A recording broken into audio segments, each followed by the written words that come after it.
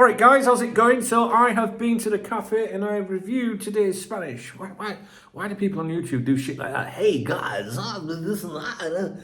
What's that all about? I have been to the cafe and I have had 3 cups of coffee this morning. No breakfast. Fuck off, I didn't have anything. And I have reviewed today's Spanish print media for you, the football dailies, Marca, AS and Sport. I know it's not pronounced AS, but if I use the Spanish pronunciation of that word, YouTube temporarily restricts my video. So I call it AS. Now, someone said on here the other day, it's a bit lazy, isn't it, reviewing Spanish newspapers? You go and fucking spend an hour or two fucking translating all that Spanish fucking shite then. Morning. Right, okay, guys, I can tell you right now, if you are curious as to whether there's anything to do with Trent Alexander-Arnold and Real Madrid today, I can tell you there is not. There's nothing to do with Trent. Real Madrid won last night, you know, and that usually dictates the outcry, do you know what I mean? So let's go with it. We'll start with Marca. There is some things you might find of interest in this video, but there's nothing specifically relating to transfer news concerning Liverpool Football Club or rumours.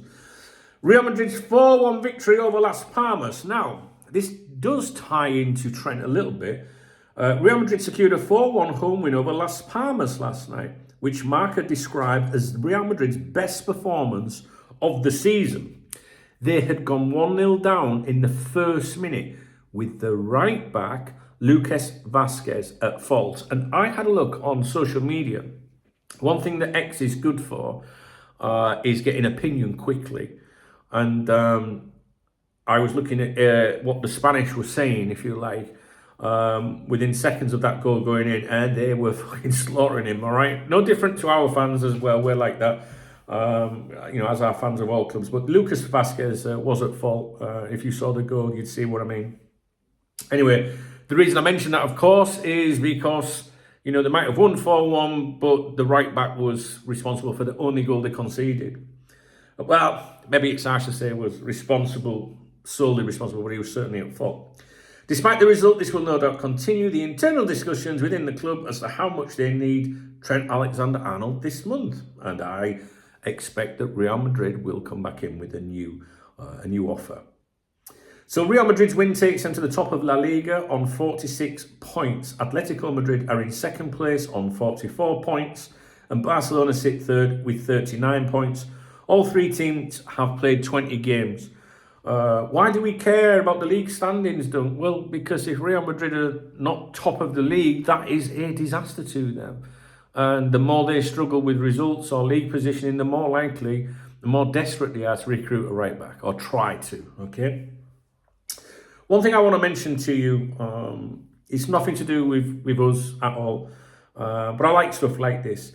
At full time, a kid ran onto the pitch and managed to get to Kylian Mbappe. Security intervened and tried to drag the emotional youngster away. He was visibly emotional. But Mbappe, you know, stepped in and made sure the kid received his shirt before being escorted off, and there was a cuddle and all that. And listen, I love shit like that. You know what I mean? It's for the kids. I mean, us fully grown-up adults, you know, still look up to some of these footballers. I guess I don't personally. But you can respect someone. But just seeing a kid, you know, I can only talk from my own experiences when I was 15 and I met all my, you know, I've got some pictures I'll have to show you one day. A picture of me with Ian Rush, my fucking biggest grin you've ever seen in my life. Well, apart from that burger over a week.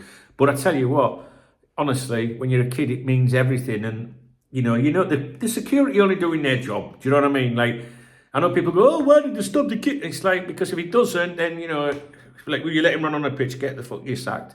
So the security have to step in. It's an awful situation, but Mbappe, yeah, I liked Mbappe. It's the first time I liked him, was last night. Okay, Valencia achieved its 3rd victory of the season alive. No, hang on a minute, to keep the season alive, let me rephrase that. I'm going to put it in exactly the format it was. Valencia achieves its 3rd victory of the season to stay alive, is a headline within Marca today. The bottom of the table outfit surprised visitors Real Sociedad with a 1-0 win. Mamardashvili was in goal for Valencia, while Martin Zubimendi played for Real Sociedad despite earlier suggestions that he may be rested.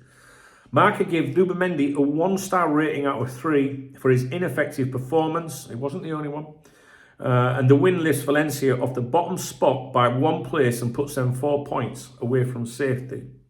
There are some rumours that FSG have been watching Valencia's situation in case they got relegated. Rumours, nothing, not from my peoples, all right? Okay, so that was Marca. Moving on to AS. Add an extra S to it, do you know what I'm saying? And that's how it sounds. So, Florentino Perez re-elected until 2029. I think this might have been mentioned in Marca. It must have been. It just Perez writes it.